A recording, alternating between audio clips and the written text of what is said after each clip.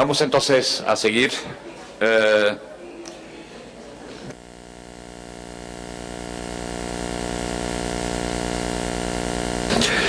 Os decía, vamos a seguir con José Luis Paz Ribeiro, que es profesor de la Universidad de Oporto, como decís acá, que es Porto, como decimos allá. Tiene la especialidad en psicología de la salud y trabaja en el área de la intervención de las enfermedades crónicas. Vino de la psicología del deporte, además ha dejado el compañero algunos artículos ahí que los podéis tomar para ver su pasado en la psicología del deporte. Y es actualmente también presidente de la Sociedad Portuguesa de Psicología de la Salud. Por eso os dejo con él con la actividad física como expresión de salud en personas con enfermedad crónica e sin enfermedad. José Luís. Muito boa tarde. Vou falar em português. Espero que compreendam a maior parte. Nos últimos 30 anos, a minha intervenção tem sido no sistema de saúde, com pessoas com doença crónica, preferencialmente com doença crónica, e vamos ver que as doenças crónicas são cada vez mais usuais. Ou seja, se o grupo que está aqui fosse um grupo normal, eu diria que mais de metade das pessoas que estão aqui têm uma doença ou uma condição crónica. Pressão arterial elevada, colesterol, diabetes, enfim.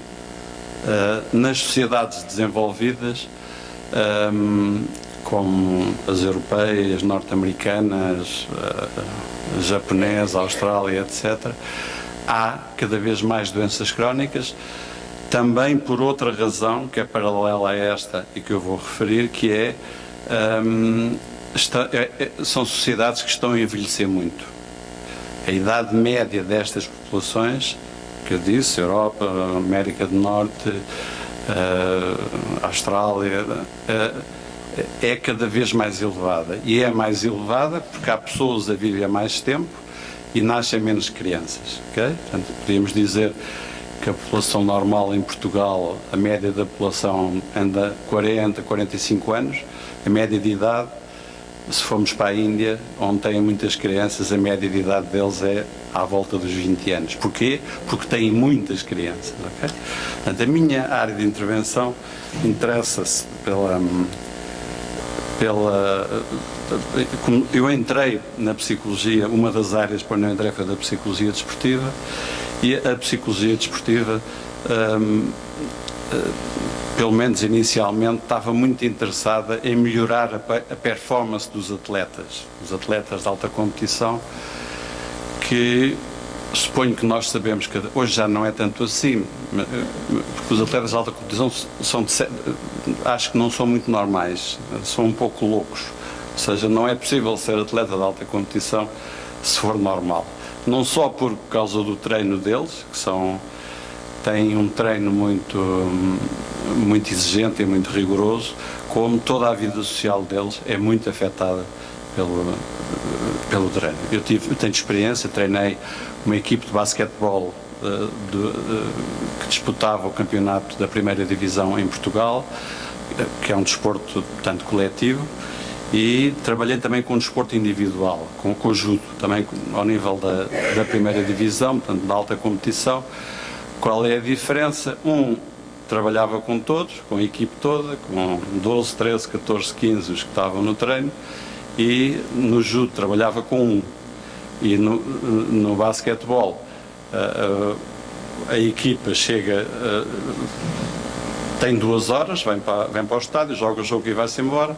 E no judo, por exemplo, acontece com outros desportos também, começa quando se vão pesar, quando vão para a balança, saber se passam de categoria ou não. Portanto, há ali um período anterior e depois começa um processo de seleção que pode durar um dia todo.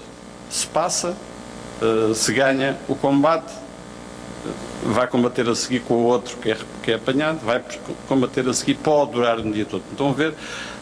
Mesmo na alta competição há características específicas do desporto que são muito diferentes. Mas passando isto, isto é a área do desporto, eu cito aí o nome da Divisão 47 da Associação Americana de Psicologia, não por nenhuma razão especial, não é porque eu gosto especialmente dos norte-americanos, mas enquanto organização, a Associação Americana de Psicologia reconhecidamente é uma das mais organizadas.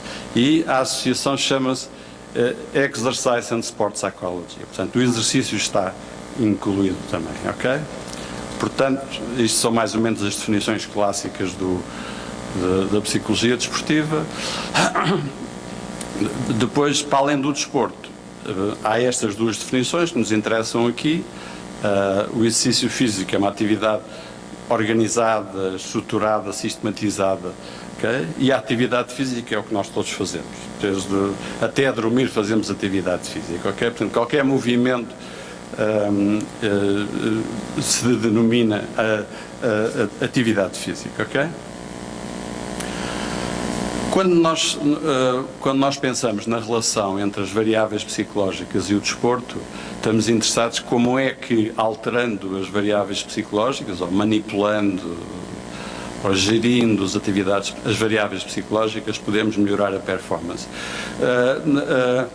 Neste caso concreto, o que me interessa, a atividade física favorece o desenvolvimento humano em geral. Isto é verdade, seja na saúde e na saúde mental ou na recuperação das doenças, seja no rendimento escolar, seja no ajustamento à vida de todos os dias, bem-estar subjetivo, etc. Todas essas coisas. A atividade física pode ser uma variável dependente da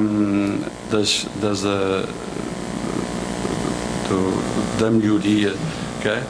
Portanto, o que a investigação tem mostrado, e tenho um artigo aqui que é de 1988, portanto já tem 25 anos, peço desculpa, mas há mais coisas agora, mas se quiserem apanhar está aqui no chão. Portanto, o exercício e a atividade física influencia, portanto, é variável independente de uma quantidade de outros aspectos, de personalidade, de saúde mental especificamente, de funcionamento na vida de todos os dias.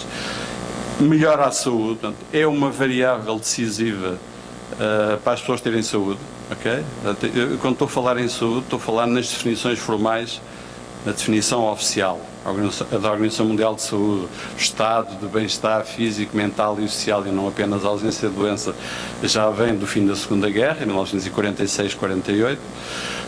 E a de saúde mental também diz que saúde mental é um estado de bem-estar onde as pessoas são capazes de realizar, portanto, ok?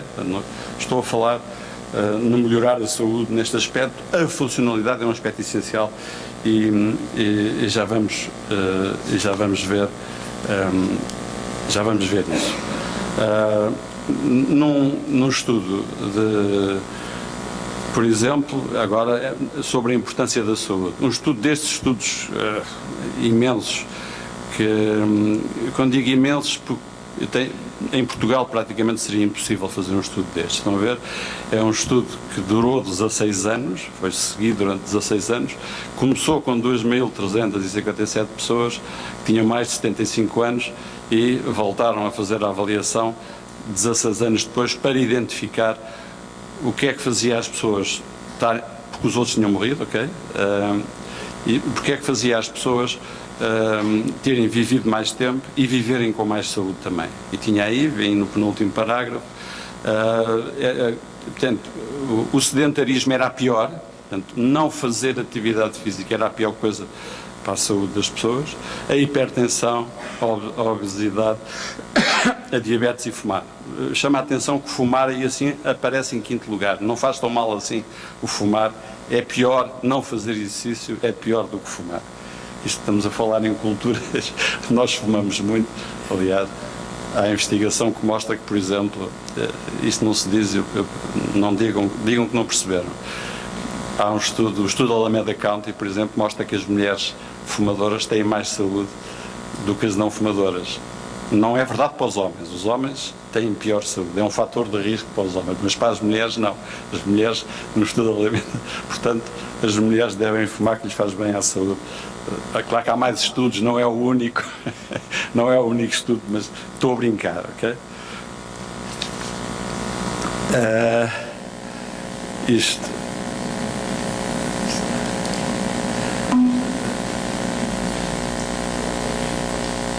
Não há internet, eu jogava que havia, pronto, mas isto é,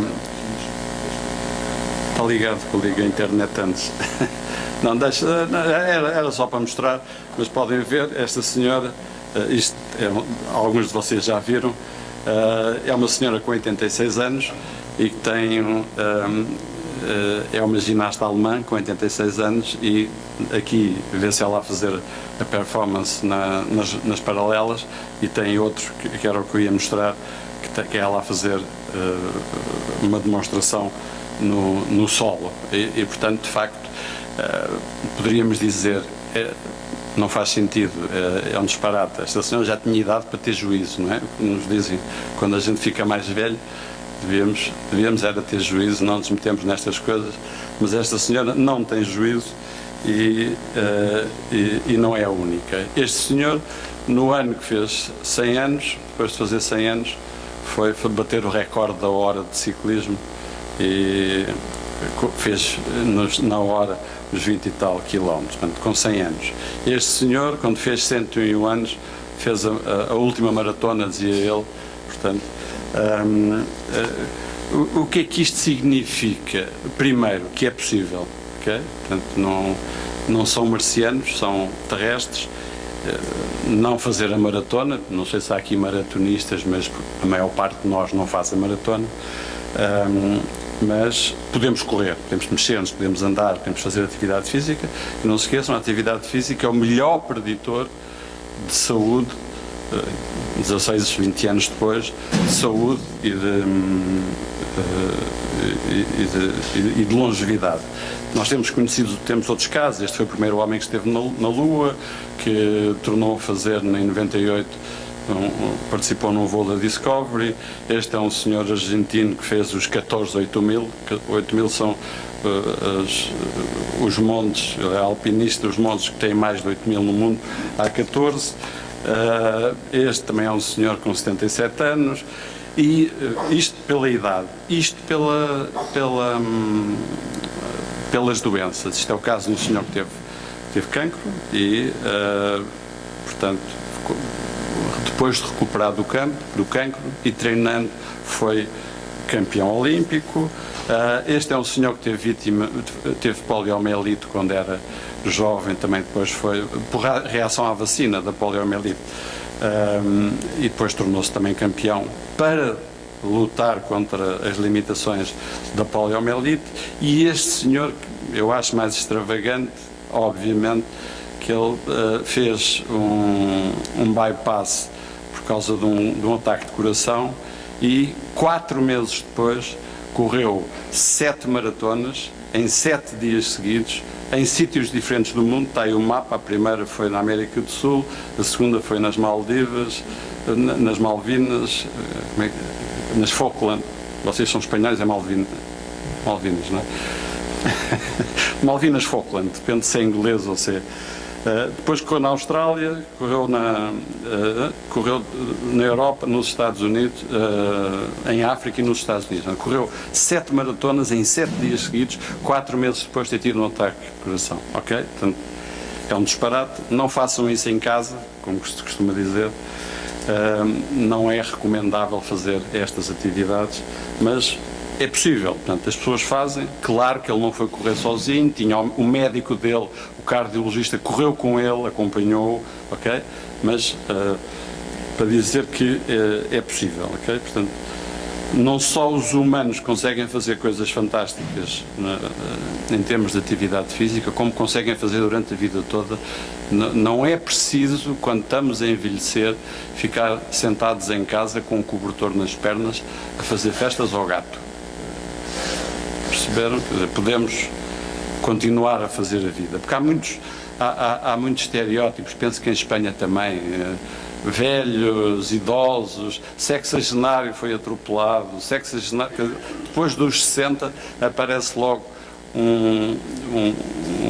nos jornais, diz logo que é sexagenário, quer dizer, para aqueles senhores que a gente viu sexagenário estavam ao meio do ciclo de vida, ok?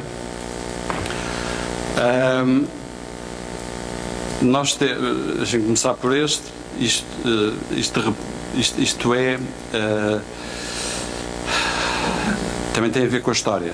Portanto, a partir do século XX aparece esta classificação, a classificação que se chamava antigamente a Classificação Internacional de Incapacidades e Handicaps, para outra terminologia diferente da classificação de funcionalidade, limitações e saúde. E o ICF, que vocês conhecem com certeza, é um complemento da Classificação Internacional de Doenças. Como sabem, o ICD, International Classification of Disease, é um manual que vai agora na versão 10, vai passar para a 11 quando o DSM passar para a 5, porque o ICD tem uma secção, que é a secção F, que supostamente, não é verdade, é igual ao DSM. O DSM e o ICD são iguais. Há pequeninas diferenças, mas são iguais. O ICD, a Classificação Internacional de Doenças, já falaram da Classificação Internacional ICD é a doença, DSM, Diagnostic and Statistical Manual, portanto, são parecidos. A secção F do ICD, só que o ICD trabalha, é um manual das doenças, os livros pousados em cima uns dos outros dá mais ou menos isto, as doenças todas cá no mundo, e isto é um complemento que se refere à saúde. Portanto, estão a ver, o outro refere-se às doenças, o ICD, este, o ICF, refere-se à saúde. E, portanto, nesta classificação do funcionamento e da saúde, o que é que se vê agora é as estruturas corporais, a atividade e a participação, ok? Portanto, isto tem um modelo, portanto, o funcionamento refere-se às funções, ao indivíduo ser capaz de fazer e ser capaz de participar. Portanto, funções, eu mesmo mexo o braço, depois consigo escrever no computador. Portanto, estão a ver funções e atividades, e depois participação. Participação implica, de uma maneira geral, relacionamento com as pessoas. Hoje pode ser mais através das redes sociais, mas, de qualquer maneira, implica a participação e interação. A incapacidade abrange lesões, e nós sabemos, conhecem este senhor, que é um atleta maluco, não é? Matou a namorada, portanto é um bom exemplo, mas tem limitações? Tem, quer dizer, ter ali duas perninhas na parte de baixo, duas pernas, dava imenso jeito, não é? Mas para ele se corresse em Portugal, era campeão dos 400 metros, não é paralímpicos, é olímpicos. Ele correu nos Jogos Olímpicos, aliás foi proibido de correr nos Jogos Olímpicos porque tinha vantagens. Portanto, isto era espantoso. Ele tinha mais coisas que os outros, tinha aquelas coisinhas nas pernas que o faziam andar mais depressa. Depois ele foi a tribunal e ganhou e pôde participar nos Jogos Olímpicos. Mas, portanto, aquele mapa das funções, isto é um modelo da Classificação Internacional de Funcionalidade, que é um complementar da Classificação Internacional de Doenças, ok? E, portanto, diz que qualquer perturbação, qualquer doença, afeta estas dimensões. Há fatores ambientais, há fatores pessoais, portanto, devem ver isto de baixo para cima também e de cima para baixo. Isto tudo é importante. Quando, sei lá, fatores ambientais, uma pessoa de cadeira de rodas aqui, imagino que consegue entrar por ali e chega aqui. E como vocês sabem, as cidades, especialmente estas cidades antigas, Lisboa é um bom exemplo. Nós lá no ISPA temos isso, uma pessoa de cadeira de rodas não consegue andar no passeio, porque o passeio é muito estreito.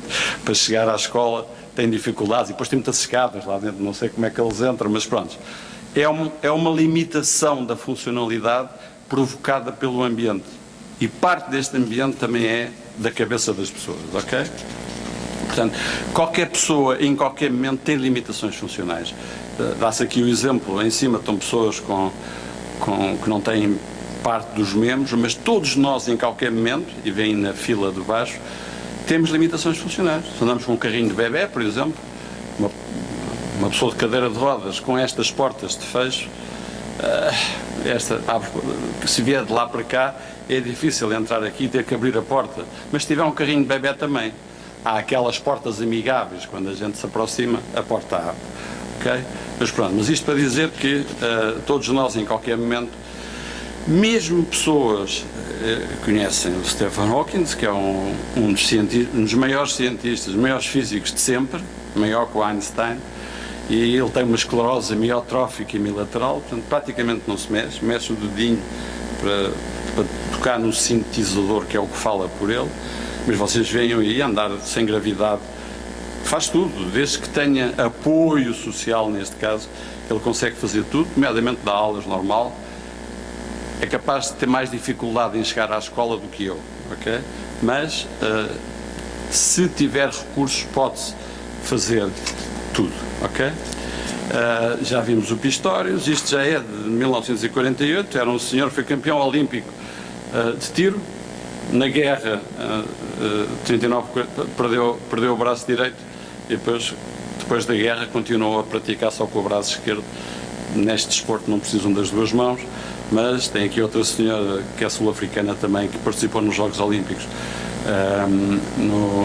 na natação open water, de mar aberto. Esta senhora também, Jogos Olímpicos também. Ou seja, não há nada. Muitas destas pessoas provavelmente não participavam porque a sociedade não facilitava. Ou seja, nós próprios, epá, tu és coxo, tu não tens braço, vais fazer o quê, ok? Portanto, temos esta senhora que tem uma doença de Stargardt, que é praticamente cega, tem um nível de cegueira que não pode funcionar. Participou nos Jogos Olímpicos nos 1500 metros e conseguiu nos 1500 e nos 5000 metros e chegou ao fim, embora tenha uma doença relativamente grave. Este é outro caso.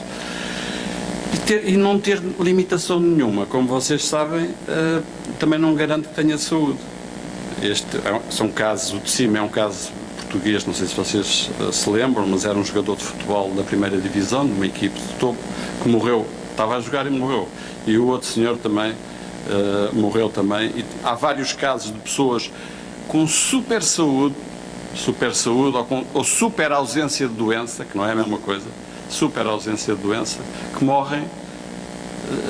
E quando eu digo super ausência de doença, é gente que está vigiada, que tem todos os exames, 5 ou 6 médicos à volta deles, que não identificam nada. Ou seja, quer dizer, eu costumo dizer que o principal fator de risco para se morrer é estar vivo.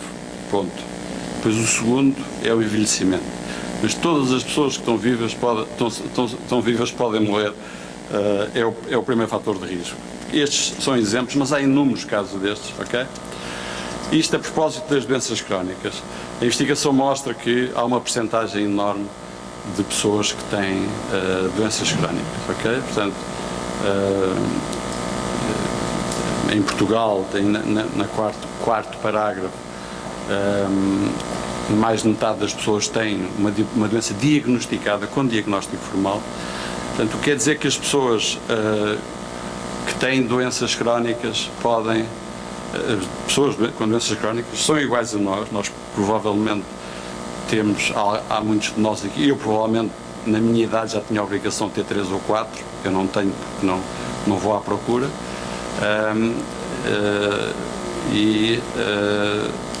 as pessoas têm doenças crónicas, casam, pagam impostos, trabalham, amam, têm filhos, fazem a vida exatamente normal, igual aos outros. Okay? Portanto, isto hoje é uma condição da nossa sociedade normal. Portanto, como é que elas definem? Isto é mais ou menos a definição. Portanto, duram muito tempo, provavelmente não se curam. Okay? Podem provocar ou não limitações. As pessoas podem estar limitadas, estão sempre um bocado. Nem que seja, não pode beber vinho. nem que seja, não pode comer gorduras, ok? Portanto, há uma limitação qualquer quando as pessoas têm um diagnóstico. As causas provavelmente não são reversíveis, portanto, tem que fazer um tratamento qualquer, nem que seja não beber vinho, deitar-se cedo, etc. Quer dizer que as pessoas têm que mudar o estilo de vida, ok? E têm que fazer um controle periódico e têm que ter, fazer uma observação mais ou menos regular. Neste estudo que eu vou apresentar, eu vou comparar, é sobre pessoas que têm têm doenças crónicas e vou fazer a comparação com pessoas sem doença e com pessoas com outras doenças crónicas. As doenças, portanto, este meu grupo, isto foram 2 projetos de investigação, ainda estão a decorrer, mas o projeto já acabou, mas ainda continuamos com este material. Nesta fase tinha cerca de 630 pessoas com estas doenças: diabetes tipo 1, diabetes tipo 2, epilepsia, esclerose múltipla, cancro, obesidade mórbida e miastenia gravis, ok? O instrumento que foi avaliado para a funcionalidade é este, que vocês conhecem, o Medical Outcome Study, foi o estudo por onde foi desenvolvida esta escala, que é um instrumento de avaliação genérico de estado de saúde, que tem 36 itens e avalia um conjunto de dimensões, nomeadamente as dimensões que são referidas são estas 8 dimensões, ok? Portanto, aparecem aqui a organização do SF36, que tem 4 dimensões físicas, que é a saúde física, e tem à direita 4 dimensões que são a saúde mental. Eu aqui estou focado na dimensão física, embora, se vocês podem ver a vermelho, a roxo, a encarnado, algumas das dimensões de saúde mental também têm participação do componente físico, ok? Mas eles agrupam-se nestas 2 dimensões. Portanto, tem aquelas dimensões físicas, têm estes 4 componentes, que é a função física, o desempenho físico. Portanto, a função física é o subir uma escada, o desempenho físico é o trabalho que nós conseguimos fazer na nossa atividade normal. A dor corporal, aqui se expressa pelo desconforto que a dor provoca, e todos nós estamos aqui, temos dores. A população saudável, a população normal, a população sem doença, reporta cerca de 30%, 35% das populações reporta dores fortes, pelo menos uma vez por semana. Pode ser dor de cabeça, dor de costas, dores articulares.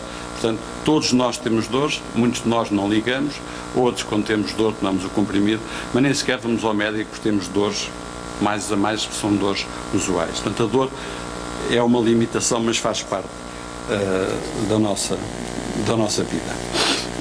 Esta é a idade, vocês veem nesse eixo vertical. A primeira coluna são as pessoas sem doença, lá está a população normal, isto é uma amostra de 2000 e tal pessoas da comunidade, de todo Portugal.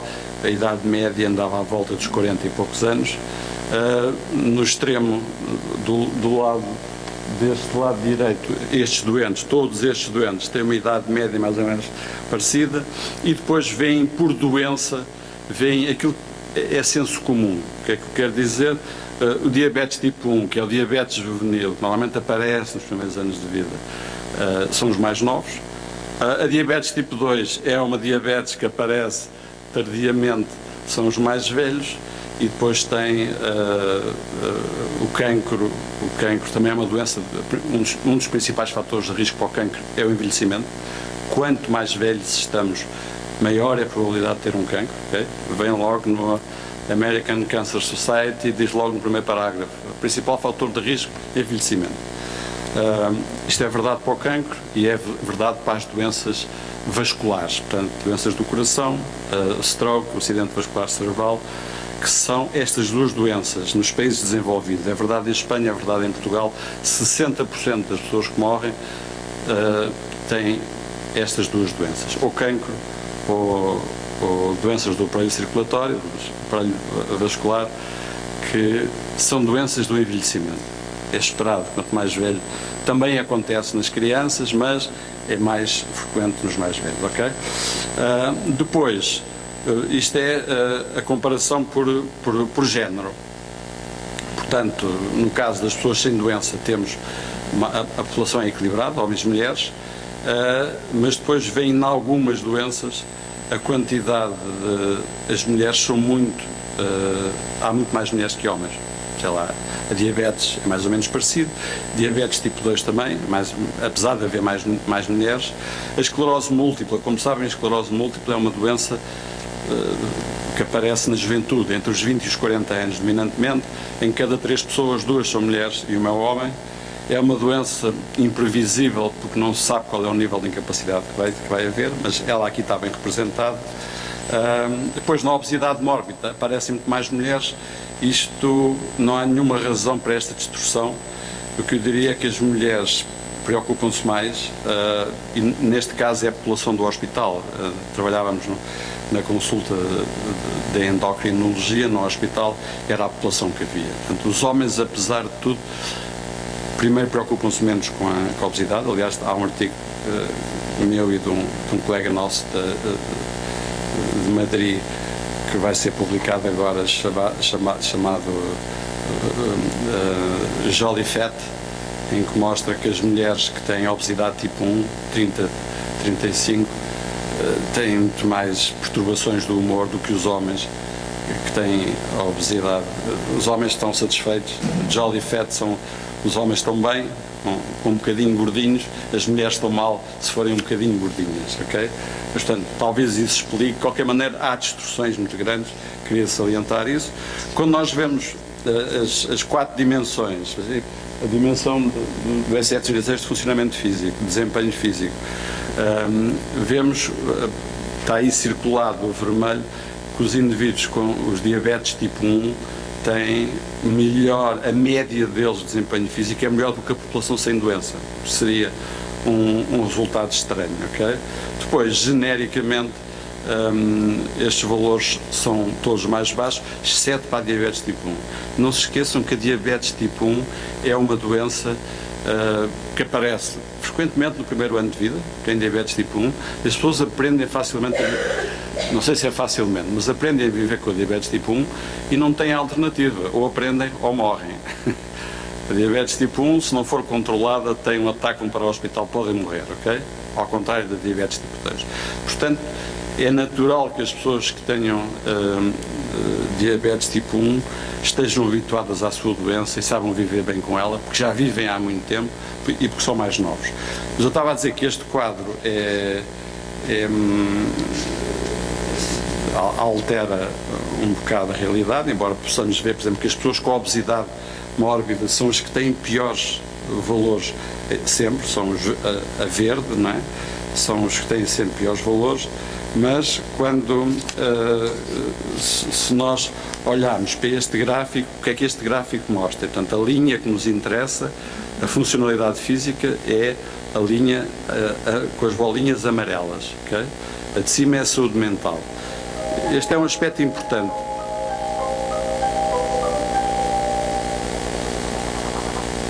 Desculpa. Devia estar desligado, mas não está.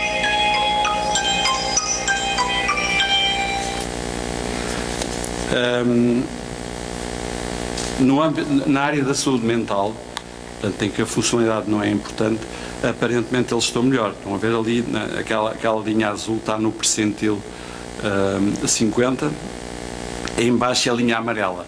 Eu ainda há bocado estava a mostrar-lhes o outro gráfico e dizia que as pessoas com epilepsia, com diabetes tipo 1, tinham melhor funcionalidade. Este gráfico que é que tem? As pessoas são comparadas com as mulheres, com a mulher da mesma idade, os homens com os homens da mesma idade da população normal. E essa linha aí assim mostra a percentagem de pessoas em cada uma das doenças que está acima, a percentagem de pessoas que têm valores mais elevados de saúde física, no conjunto destas dimensões da saúde física. E vemos que, apesar de tudo, vocês veem as pessoas com epilepsia, 40% das pessoas com epilepsia reportam melhor saúde física que as pessoas do mesmo género, do mesmo sexo e da mesma idade que não têm doença. Portanto, Isto significa o quê? Aquilo que eu estava a dizer ainda há pouco. As pessoas que têm uma doença crónica fazem uma vida normal e provavelmente nós deparamos com as pessoas, no caso da epilepsia, se as pessoas não tiverem uma crise epilética daquelas que ficam a saltar no chão, tónico-clónica generalizada, nós não sabemos que elas têm. Vocês aqui são estudantes, provavelmente ao longo da vossa vida já tiveram colegas que tinham epilepsia e que o bom senso, para falar agora a pensar numa aula minha, uma aluna no princípio do ano disse: eu tenho crises epiléticas de vez em quando eu tiver uma crise faz-se isto assim assim, e a turma toda praticou e quando ela nunca teve, mas se tivesse, segurávamos a cabeça para ela não dar a dar com a cabeça nos ferros, que é onde as pessoas se magoam quando têm uma crise tónico-clónica generalizada, e depois telefonávamos para alguém da família para a vir buscar, ou se fosse mais grave, para o hospital.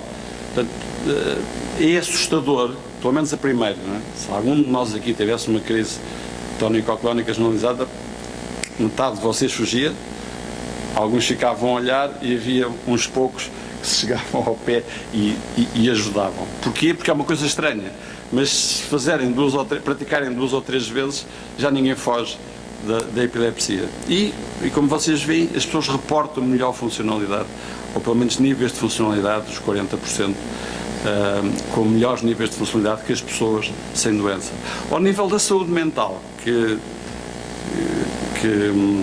é uma área que nos interessa especialmente, os que têm valores piores são a obesidade mórbida, que tem valores substancialmente abaixo das outras doenças, e ao nível da funcionalidade física tem as pessoas com miastenia graves, mas a miastenia é uma doença do sistema muscular em que as pessoas têm dificuldade em mover-se, portanto é natural que tenham estes valores baixos de funcionalidade física. Mas a mensagem que eu gostaria de dar é que é possível utilizarmos a atividade física para melhorar a funcionalidade, ou seja, para melhorar a saúde das pessoas, tal como vem definida no ICF. Okay? Se nós tivermos atenção a esse aspecto, melhorar a funcionalidade das pessoas, nós temos, pessoas do meu grupo, temos programas com, por exemplo, idosos, Universidade da Terceira Idade, pessoas com mais de 60 anos, para 65 anos, para estimular a atividade física, e com pessoas com esclerose múltipla também, para as pessoas fazerem mais atividade física. A investigação mostra claramente que a atividade física é possível e melhora o bem-estar e a saúde das pessoas, nomeadamente reduzindo a doença. Okay? Não aumenta a doença, reduz a doença, mesmo em casos malucos como aquele senhor que tinha tido um infarto e andou a fazer 7 maratonas. Não ficou pior depois disso. Ainda há pouco tempo ele ia atravessar o Polo Norte a pé. Eventualmente tem uma saúde mental de ferro. Não sei se tem uma boa saúde mental, mas tem aquela. Estava a falar naqueles dos obsessivos compulsivos. A nossa colega estava a fazer uma apresentação excelente, e eu acho que para ser atleta de alta competição, ao fazer estas coisas, tem que ter qualquer coisa de obsessivo, estar ali bem focado, não pode pensar em muito mais nada, e nós não nos devemos tratar, porque eles precisam. Muito obrigado.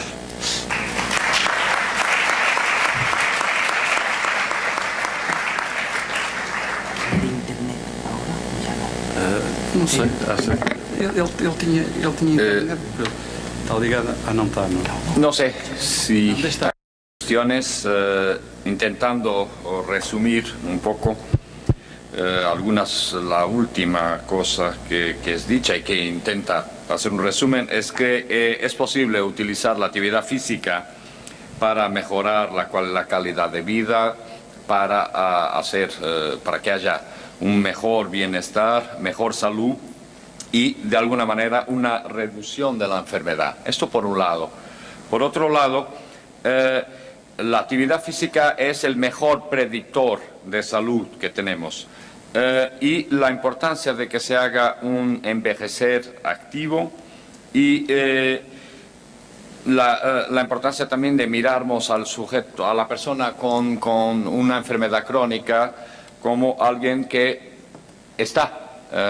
hace parte de la comunidad, hace parte del día a día, del cotidiano, y no es alguien que sea diferente. O sea, dentro de esa sala, y dando algunos números que Paz Ribeiro refirió, probablemente mitad o más de mitad tenemos una o más que una enfermedad crónica. Él dice que no tiene porque no las busca. Por outro lado... Deixa-me só dizer, há uma coisa que é chamada a cascata clínica, que é: quanto mais procuras, mais encontras; quanto mais encontras, mais tratas; quanto mais tratas, mais doente ficas. Isto chama-se, na área dos médicos, não é? Na área sanitária, dos médicos, chama-se cascata clínica. E como vocês sabem, nós na psicologia encontramos muita gente que anda sempre à procura. Dá-me aqui, vou ao médico, e faz montes de exames e encontram, olha aqui, mas depois encontram uma doença no joelho e acaba por ser operado a não sei quantas coisas. O sea, para no confrontarse con esa cascata, no miramos o podemos no mirar la cosa. Es una forma. Otro aspecto importante aquí también, el trabajo que presentó y los resultados creo que ahí eran claros para todos, eran visibles. Y dos cosas que me gustaría también subrayar. Por un lado, el decir que los atletas de alta competición y alguna alteración sobre la psicopatología de esos atletas, o sea, por un lado la repetición del ejercicio, la necesidad de un control muy fuerte para una monótona repetición, y por ahí podemos cuestionar la salud mental de los atletas de alta competición. Y por otro, es algo que fue como una provocación a vosotros, que hay algunos estudios que indican que las mujeres que fuman tienen mejor salud. Por eso Paz Ribeiro dijo a las compañeras que fumen, es una cosa buena. Pues esto fue intentando resumir un poco las cosas. Por eso, cuestiones que quieran colocar.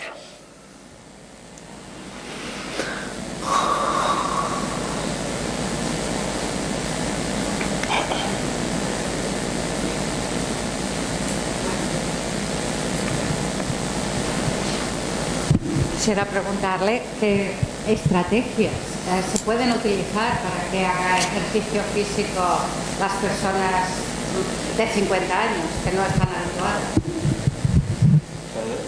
Que estratégias é que se pode usar para as pessoas de 50 anos fazerem exercício, pessoas que não estão habituadas? Há vários modelos. Um dos mais antigos é o modelo de crenças da saúde, que tem um conjunto de componentes que nós podemos trabalhar, que é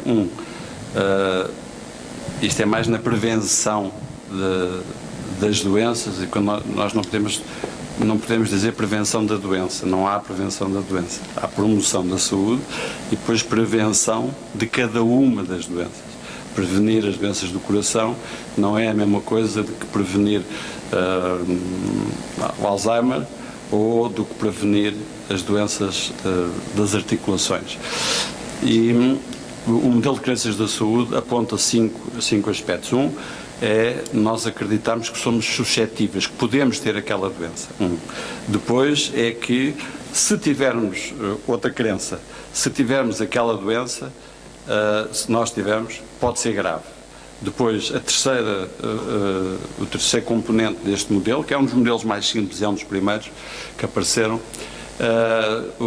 listar quais são as coisas que eu devia fazer para começar a fazer, por exemplo, atividade física. Quais são as vantagens que eu teria? Tenho vantagens? Não tenho?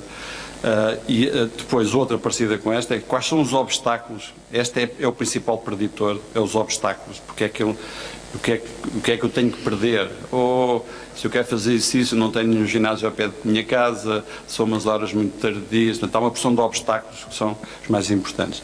E a quinta é a autoeficácia, que é eu sou capaz de mudar o comportamento. Um modelo simples, depois há mais modelos que se desenvolveram a partir deste, mas um modelo simples implicava estas 5 dimensões. Depois temos o modelo do Prochaska, da pré-contemplação até à manutenção. Se tivermos um grupo de pessoas que nunca pensou em fazer exercício, nem quer ouvir falar nisso, temos que começar numa fase muito inicial. E depois, se tivermos um grupo de pessoas que está a pensar, eu quero começar, estes são mais fáceis, não é? Okay? Mas, portanto, temos que jogar pelo menos com estas 2 componentes, o nível de prontidão que as pessoas estão, eu quero começar, ou eu não quero, nem me falem nisso, não me chateiem, não quero ouvir falar nisso. E acredito que as pessoas de 50 anos, principalmente as mulheres, estão por causa da praia, e nesta altura, porque a praia daqui a uns meses, estão mais interessadas e mais prontas do que os homens, porque os homens, apesar de tudo, o jolly fat, um bocadinho de gordura até lhes fica bem, e as mulheres não.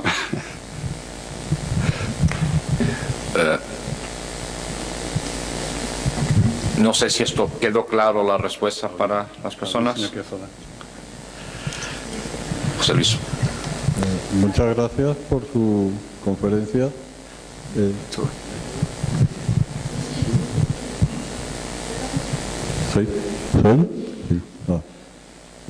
Muchas gracias por su exposición. Un tema que a mí personalmente me relaciona bastante. De hecho, mañana por la tarde habrá un simposio sobre trastornos psicológicos en deportistas. Como usted ha mencionado algo de eso, me gustaría preguntarle si tiene información sobre cuáles pueden ser los trastornos más habituales en los deportistas y sobre todo deportistas de alto rendimiento, claro. Muito obrigado. Os desportistas têm, eu estava-me a referir às exigências que são feitas a eles, nomeadamente no treino, exigem que eles tenham qualquer coisa mental que não funciona bem. Depois, o que acontece é que os desportistas são pessoas com muita visibilidade. Quando têm uma doença qualquer mais grave, eles desaparecem, escondem-nos. Portanto, não tenho dados de investigação. Eu sei que há atletas que breakdown, vão-se abaixo e têm que abandonar. Não é só por razões... Nós conhecemos as razões físicas. Magoou o joelho, magoou a cabeça, foi operado. Muitas das razões que eles não podem fazer desporto são problemas mais do foro da saúde mental. E com certeza que nos futebolistas se vê, de vez em quando há um futebolista que está numa equipa e não consegue jogar, está sempre doente, depois muda para outra equipa e na outra equipa não tem nada. E suponho que isto em Portugal aconteceu agora com aquele russo, não foi? Mudou para o Porto, estava no Sporting, mudou para o Porto. No Porto começou logo a jogar, no Sporting não jogava há 2 anos, era uma coisa assim, tinha joelho, costas, não sei o quê. Seria físico, quer dizer, e estamos a jogar com outra coisa que está fora disto, tem a ver com a dor. Como vocês sabem, a dor, por definição, tem sempre uma dimensão psicológica. Ou seja, quando é que dói? Quando eu digo que dói. Dói-me aqui. Não há nenhum médico que possa dizer não dói. Pode dizer que não há nenhuma razão aparente para se queixar de dor. E então entrávamos nas perturbações somatoformes. Perturbação de dor do DSM é quando não há evidência física, passa para a perturbação mental. E existe, e provavelmente muitos atletas têm perturbações deste tipo e acabam por abandonar a competição por dói-lhes as costas, não conseguem correr, estão doentes, têm doenças físicas, fazem tratamento, fica um bocado mascarado. Lá está, também se falou na mesa anterior, as doenças físicas são mais visíveis, dão mais nas vistas do que as doenças mentais. Uma pessoa é mais nobre ter uma dor nas costas do que ter perturbação da personalidade. Mas não tenho estatísticas, mas há estatísticas que referem as perturbações mentais dos atletas de alta competição, que provavelmente alguns não chegam a sê-lo porque o rendimento, quando o rendimento vai abaixo, um atleta de alta competição desaparece, deixa de o ser. Isto é verdade, vocês devem conhecer os jogadores de futebol, é clássico, são excelentes e depois de repente o que é que aconteceu àquele jogador? Não sabemos, não se fala nisso, não é? Não vem nos jornais que ele teve, diz que ele foi operado à perna, foi operado ao tornozelo, mas não se diz que ele breakdown, foi-se abaixo. E o breakdown está na nossa área. Precisaria de apoio psicológico para ultrapassar o breakdown. Ponto. ¿Quedó claro la respuesta?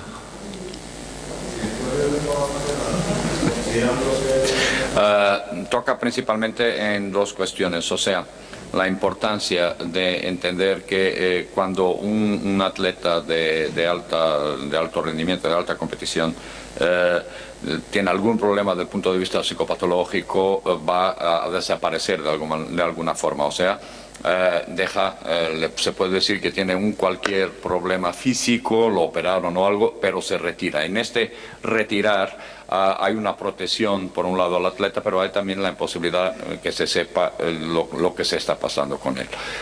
Por otro lado, la importancia aquí de que la visibilidad del problema físico es más aceptable sobre el punto de vista de representación social que del problema de salud mental. Ese siempre es más difícil, o sea, más fácil soportar una operación a una rodilla que una depresión, por ejemplo. Soportar en el sentido de visionamiento, que se vea públicamente, un poco en ese sentido. Por eso la idea principal fue por aquí.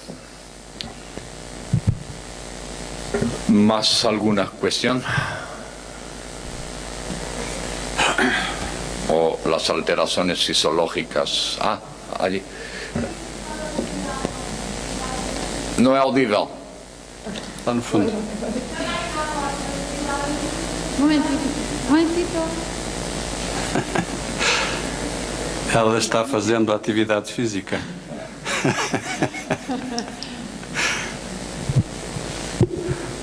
Boa tarde. Queria saber o tamanho da amostra utilizada no estudo representado no último gráfico. Neste, 629. Já temos mais de 700, mas neste aqui, os resultados deste que eu mostrei, tinha 629 pessoas. Divididas pelas 3 categorias, não é? As pessoas que eram normais... Estas eram só os que tinham doenças crónicas. Okay.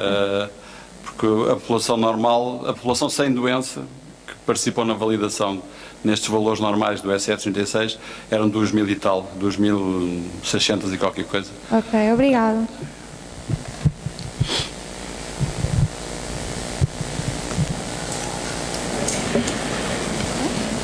Bueno, pues vamos a encerrar. No sé a qué hora retomamos, Carmen. A las 3:30 retomamos. Muito obrigado, José Luís Paz Ribeiro.